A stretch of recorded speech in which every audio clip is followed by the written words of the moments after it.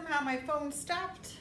I don't know if it was the call coming in or what. So I left you off at this stage where I dumped it on the countertop. I'm gathering it up and now I'm rolling it out. You see, I took this last bit of flour and I'm using it to roll out on my counter. I want to get it as nice and thin as possible. Okay, if you want to flip it over, make sure there's flour underneath and on top, but you don't want to add too much flour because that's going to make it dry. So let's get this nice and even. The same thickness all the way through, even to the edges. All right, I'm going to take this 4-inch cup.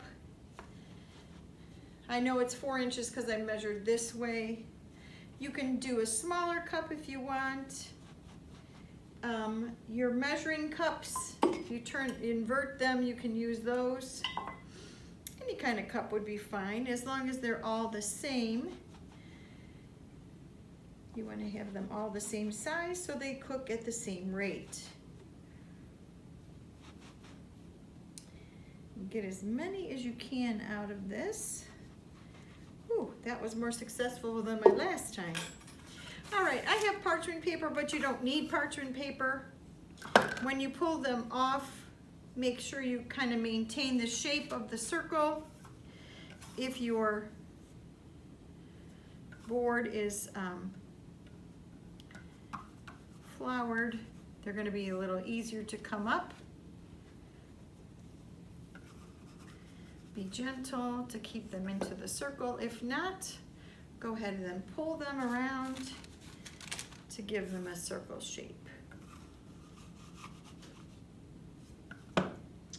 This usually makes about 9.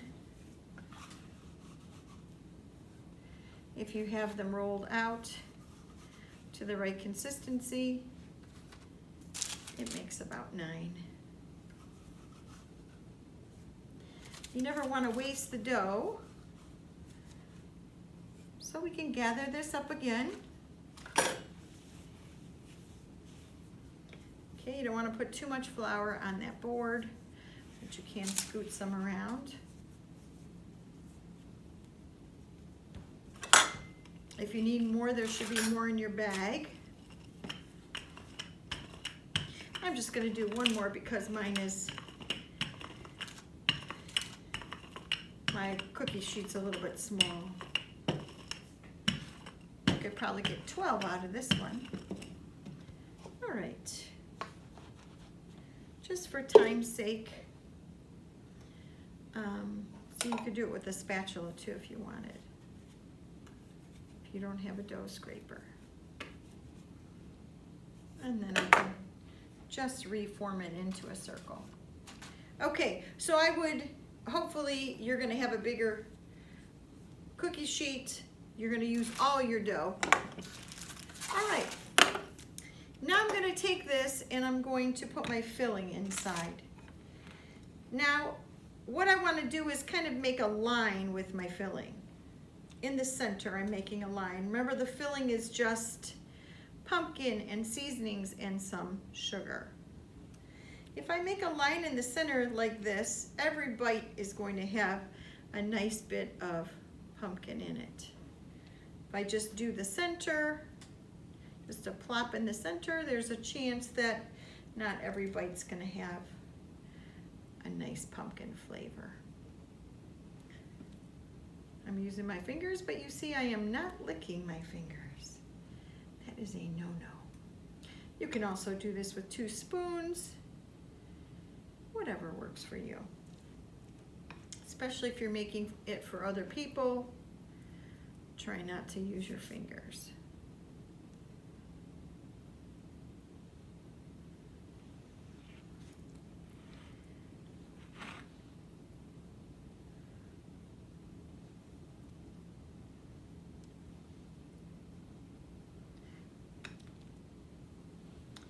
All right. Now if I wanted to make 2 more with that, I will have enough filling to make 2 more. These only take 6 minutes in the oven, so you could easily do another little batch. Okay, so they're all about the same. Now I'm gonna fold them over. Fold them over so they're like a little, oops, no I'm not. I'm gonna brush them first. I wanna brush them with the milk I have left over to make sure that they are secure. So I'm just gonna do a little milk wash around the edge of the entire circle. It's gonna make them more pliable. It's gonna help to stick them together.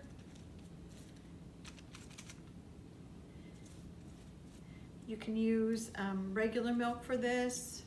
This is the leftover from your dough.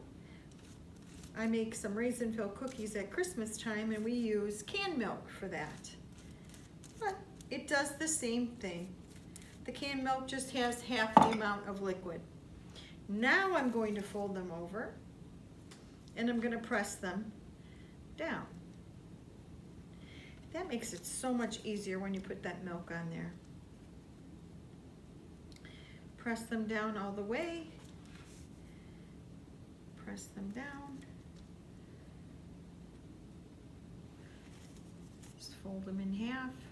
If you've got too much filling in there, sometimes the filling seeps out, and that's what happened right there, but it's no big deal.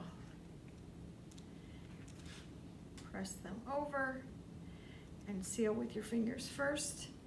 So we have nice little half circles. They're all exactly the same size. So when you do your presentation, it's gonna look very professional.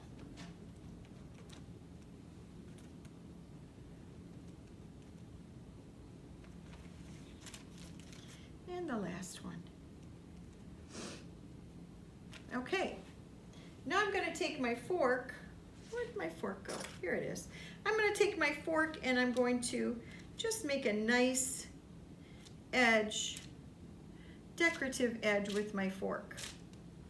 All the way around that sealed edge.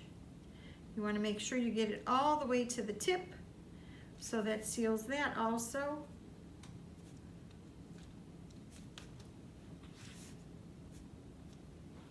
Trying to do this right-handed when I'm left-handed. I'm gonna turn those around. You can kind of draw it out a little bit to flatten it, to make a nice crimped edge on there. You want them all to look pretty uniform.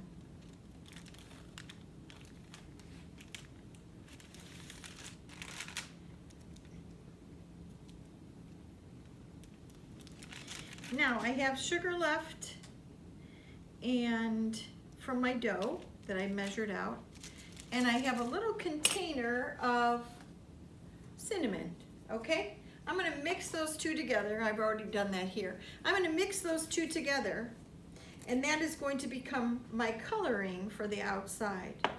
So I've taken an egg white with some water, and I'm gonna spread that around, and that's going to help that sugar to stick. Spread that all around. If you wanted a little yellow color, maybe you're gonna make these into like little meat pockets or cheese pockets. If you make them into little meat or cheese pockets, maybe you want a golden brown on there, and so you would use the egg yolk and the egg white.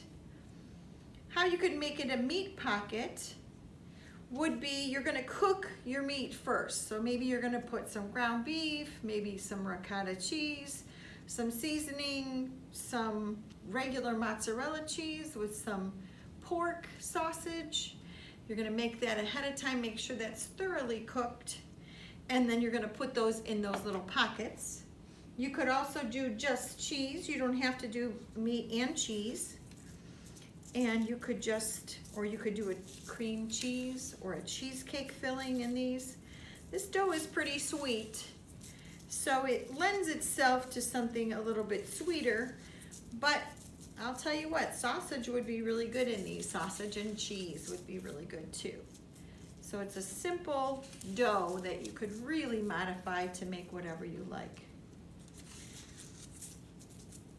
And I'm just doing this with my hands because I have a little bit more control than I could just shake it over top, but I don't have nearly as much control if I shake it over the top. Okay, and these are going in the oven for 6 minutes, and then they should come out looking like that. Enjoy!